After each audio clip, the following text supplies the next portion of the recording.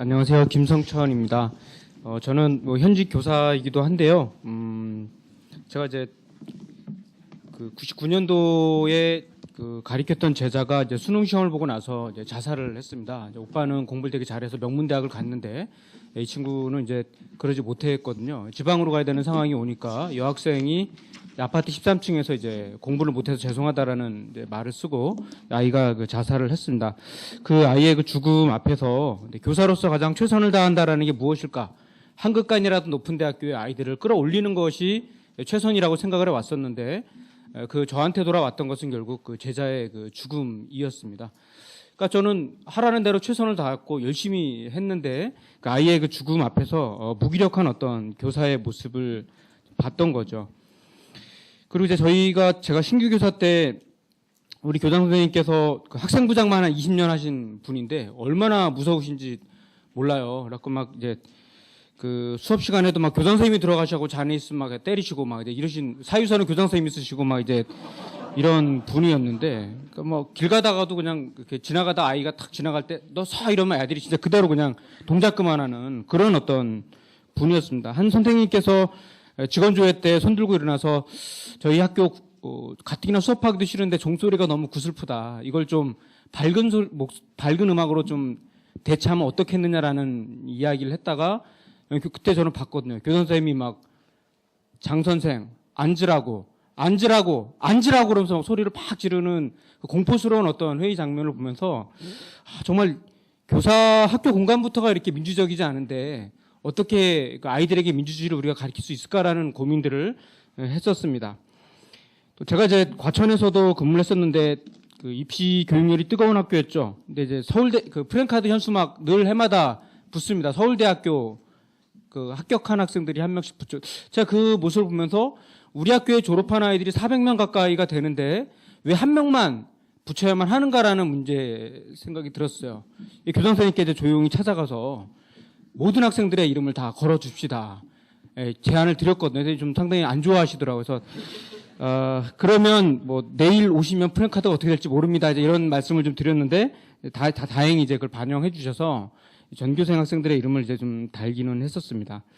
제가 이제 옮기던 학교에 가서 아이들이 그 아침 등교 시간이 7시 반이었습니다. 아침밥도 거의 못 먹고 옵니다.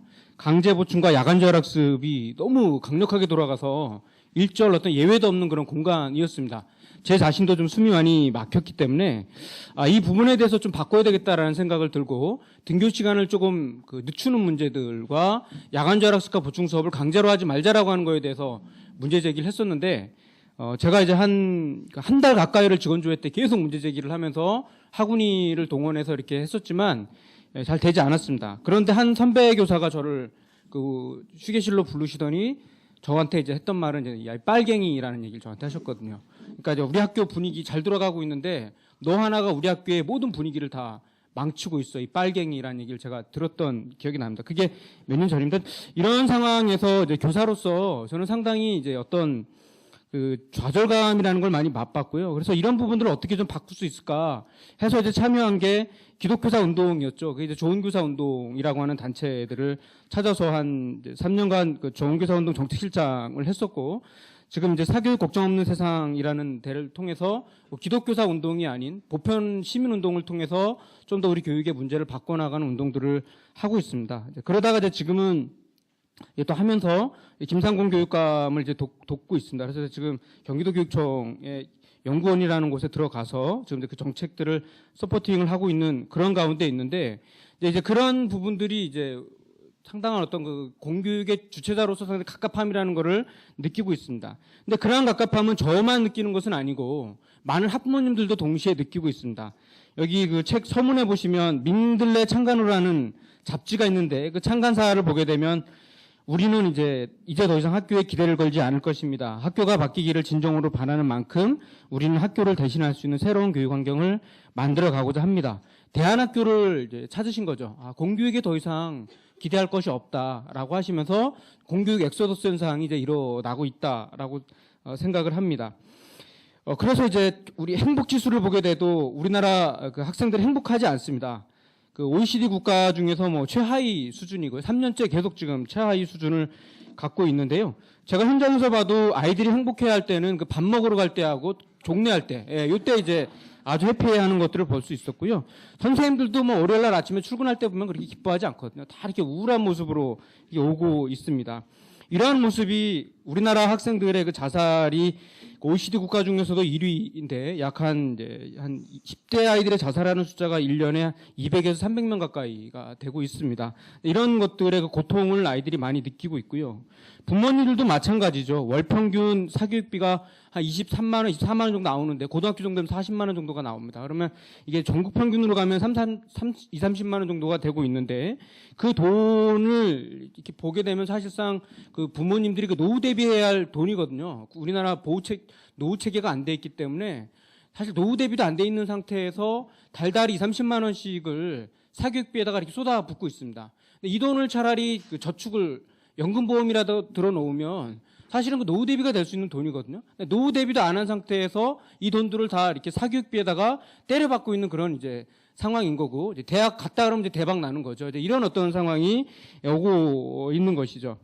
그렇게 해서 이제 갔지만 또 대학을 가면 또 어떻습니까? 여기 나와 있는 것처럼 다 우리는 또 한 11,000개의 직업군 중에서 우리가 가야 할 때는 한 20군데로 좀 압축되어 있잖아요. 공무원 시험, 뭐 이렇게 대기업, 공사 이런 데 이제 놓고 치열한 경쟁을 하다가 도서관 오가다가 청춘을 또 보내야 하는 이러한 어떤 상황 가운데 놓여 있습니다.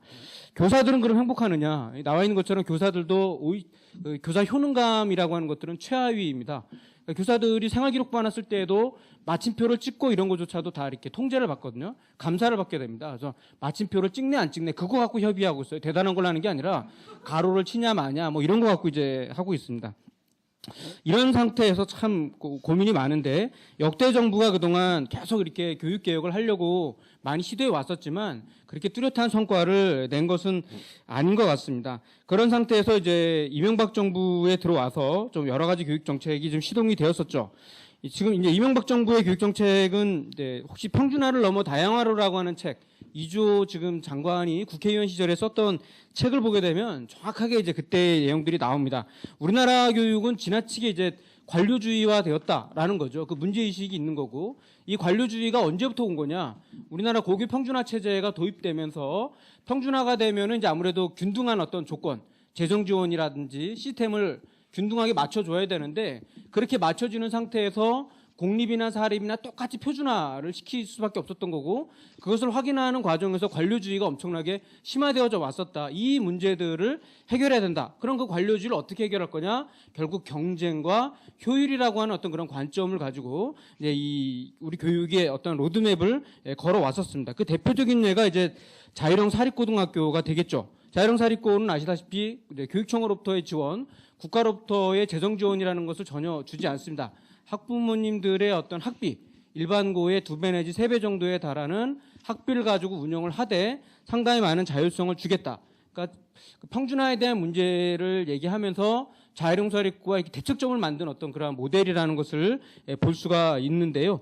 아쉽게도 이제 이 정책은 실패를 했었습니다. 일단 왜 실패를 했느냐?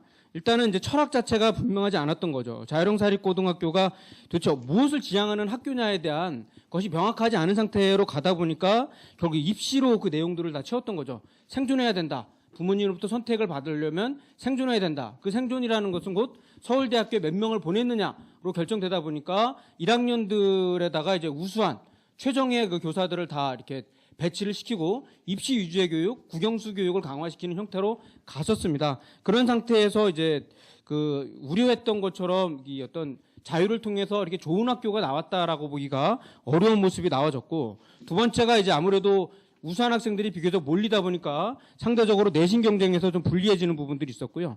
학비를 3배 정도나 내지만 거기에 걸맞는 어떤 교육 프로그램, 만족할 만한 교육 프로그램이라는 것들은 존재하지 않았습니다. 이런 상태에서 결국 사교육을 뛰어넘는 어떤 교육 철학과 가치, 교육 과정과 수업, 평가를 제시했어야 함에도 불구하고 실제로 이제 그러한 것들에 실패를 하면서 사교육 따라잡기 내지는 흉내내기에 머물러진 이러한 어떤 모델들을 보였습니다. 이명박 정부가 다 실패한 것은 아닙니다. 예를 들어서 참여정부 때에도 특목고의 어떤 입학 전형을 바꾸기 위해서 많은 노력들을 해왔었죠. 하지만 제대로 못했었는데 올해 이제 외국어 고등학교의 입학 전형을 획기적으로 좀 고쳤습니다. 예를 들면 외고 같은 경우 입시를 보게 되면 전혀 정의롭지 않죠. 왜냐하면 토익이라든지 토플 탭스를 초중고 교육과정에서 다루고 있지 않음에도 불구하고 토익 토플 탭스가 그 당락을 결정하는 수준으로 갔었고 외국어를 잘하는 인재를 뽑겠다는 학교가 사실상 수학과학을 잘하는 학생들을 뽑았습니다. 거기에다가 내신 가중치를 5배 내지 8배를 줬었던 거죠. 왜냐하면 수학을 잘해야지만 스카이 대학을 갈 수 있다라는 생각이 있었기 때문에 그런 거고 영어 시험 자체가 고난이도의 듣기평가였거든요. 이런 어떤 여러 가지 모순들 그리고 면접을 가장한 어떤 지필평가를 했었고 이런 어떤 정의롭지 않은 입시체제를 그동안 계속 해왔었던 것을 방치해 왔었던 거고 힘이 워낙 셌기 때문에 못 건드려 왔는데 의외로 이제 참여정부 때에도 이 부분을 못 건드렸었는데 이명박 정부가 이 문제를 해결했던 거죠. 그래서 이런 부분들은 좀 의미 있게 볼 수 있을 것 같고 또 마이스터고를 육성을 하겠다. 그래서 꼭 무조건 왜 다 대학을 가야만 하느냐. 취업하다가 필요하면 대학을 가라라고 하는 어떤 평생교육의 관점에서 이 문제를 풀어가려고 했던 점도 좀 의미가 있는 것 같고 입학사정관제라고 하는 것들이 참여정부 때 시작이 되었지만 어쨌든 여기에 대해서 많은 그 재정 지원이라든지 이런 것들을 활성화시키기 위한 노력들을 기울이고 있는 것에 대해서는 저는 의미 있게 평가를 합니다. 하지만 이제 문제가 있죠. 예를 들면 자율과 경쟁이라고 하는 그 가치를 가지고 우리 교육을 바꾸겠다라고 하는 것이 공정하게 적용되지 않았던 부분이 있습니다. 광로현 교육감이 들어왔을 때와 공정택 교육감이 있었을 때의 그 정책이라는 것들의 그 순위, 그러니까 단위학교의 자율화를 얘기했을 때 공정택 교육감이 있었을 때는 단위학교 자율화에 대해서 엄청나게 용인해 왔었거든요. 웬만한 것들에 대해서 건드리지 않다가 광론 교육감 내지는 김상곤 교육감이 들어왔을 때는 그 부분에서 엄청나게 또 개입을 해 들어오는 이러한 어떤 문제들이 좀 있었던 거고요. 예컨대 이제 교장, 지금 이제 학교를 바꾸는데 가장 핵심은 사실 교장입니다. 근데 교장이라는 것들이 지금 보게 되면은 승진형제라고 해서 별도의 승진 점수를 딴 사람들이 이제 교장이 될 수 있는 구조입니다. 이것이 정말 문제가 많이 있거든요. 그러면 이명박 정부의 교육 가치로 놓고 보면은 교장이라는 것들도 사실은 학부모님들이나 단위학교의 구성원들이 선택할 수 있는 그런 어떤 권한을 주는 것들이 어쩌면 자율과 경쟁의 원리에 맞는 거죠. 지금 교장제도라는 것들이 대단히 경쟁력이 떨어지는 제도다라고 하는 것들을 한다면 그러한 제도 개혁에 들어갔어야 함에도 불구하고 이명박 정부는 오히려 하지 않았습니다. 오히려 그리고 방해를 해왔었고요. 시범형 형태로 그 내부형 공모제라고 해서 평교사들이 교장이 될 수 있는 이러한 제도가 있었음에도 불구하고 그런 것조차도 다 이렇게 봉쇄를 해 들어오고 있는 부분들입니다. 봉쇄했던 이유는 뭐냐면 만약 그러한 평교사들도 자유롭게 교장이 되고 학부모들의 선택권에 의해서 교장이 되는 방식으로 가게 되면 당연히 이 제도가 이제 교장이 누가 될 거냐? 전교조 교사들이 교장이 될 거다라고 하는 그 두려움을 또 갖고 있었거든요. 그러다 보니까 이 부분에 대해서 한쪽에서는 자율과 경쟁의 가치를 끊임없이 이야기를 하면서 또 필요한 데는 또 하지 않는 그리고 이제 대기업 대학 정책 같은 데에서는 아시다시피 이제 스카이대 같은 경우가 여러 가지 문제를 안고 있습니다. 입시체제. 그런 부분들을 좀 의미 있게 통제를 하려고 하면 대기업에다가 이렇게 맡겨서는 안 되는데 대기업이라고 하는 어찌 보면 이익 집단의 성격을 가지고 있는 집단들에다가 이것을 다 맡겨 들어가는 거죠. 그러니까 고대 쪽에서 여러 가지 입시의 문제점을 갖고 있었지만 거기에 대해서 별로 이렇게 통제가 안 되고 컨트롤이 안 되는 이런 상황이 왔던 거죠. 그러니까 제가 보기에 경쟁과 자율의 가치가 적용되어야 할 곳에서는 적용이 안 되고 하지 않아도 될 곳에 굳이 적용하고 있는 이러한 어떤 모순들을 좀 볼 수가 있었던 것 같습니다. 그럼 이제 앞으로 그럼 뭘 바꿀 거냐라고 하는 이제 문제가 있는데요. 저는 일단 지금 이제 그 얼마 전에 엊그저죠. 어제 이제 김상곤 교육감이 이제 발표를 했습니다. 본인이 이제 그 무상급식의 원조이기도 하지만 어제 어떤 기자회견을 했냐면 지금 이제 여러 당들이 이제 아침급식 얘기까지 지금 나오고 있습니다. 아침급식과 이제 고교 무상교육이라는 게 나오는데 그 복지 담론 자체가 이제 교육 정책의 모든 것들을 다 휩쓸고 가고 있는 겁니다. 이건 이제 돈으로 다 이렇게 승부할 수 있는 그런 정책이고 상대적으로 쉽습니다. 돈으로 다 할 수 있는 것은. 하지만 이제 최고의 복지라는 게 과연 뭘까? 바로 우리 아이들의 그 입시의 고통과 대학 서열화라고 하는 이런 어떤 근본적인 구조를 바꿀 수 있는 것들인데 이런 거에 대해서는 지금 누구도 이야기하고 있지 않습니다. 이런 어떤 이제 문제들을 얘기하면서 저는 이제 몇 가지 해법으로 첫 번째로는 혁신대학 같은 것들이 좀 많이 필요하겠다라는 생각을 해보게 됩니다. 혁신대학이라고 하는 것이 이제 뭐냐, 뭐 이제 권역별로 어쨌든 혁신대학이라는 것들을 좀 만들어서 잘 가르치는 대학인 거죠. 그래서 이제 꼭 성적이 우수한 학생들 점수 선발 경쟁에 몰입하는 것이 아니라 들어온 학생들을 어쨌든 잘 길러내는 그러한 학교여야 된다. 그래서 이제 교육과정과 교수법과 학교의 철학, 방향 자체가 차별화되고 특성한 형태에서 들어온 학생들의 수준을 끌어올리는 이러한 어떤 대학들의 모습들을 길러내서 권역별로 이러한 대학들을 많이 양산해내고 이 대학들이 어쨌든 네트워크 기능과 또 선도 역할 기능을 끌어가는 방식인데요. 이미 이제 중고등학교에서는 현재 혁신학교라는 것들이 이루어지고 있습니다.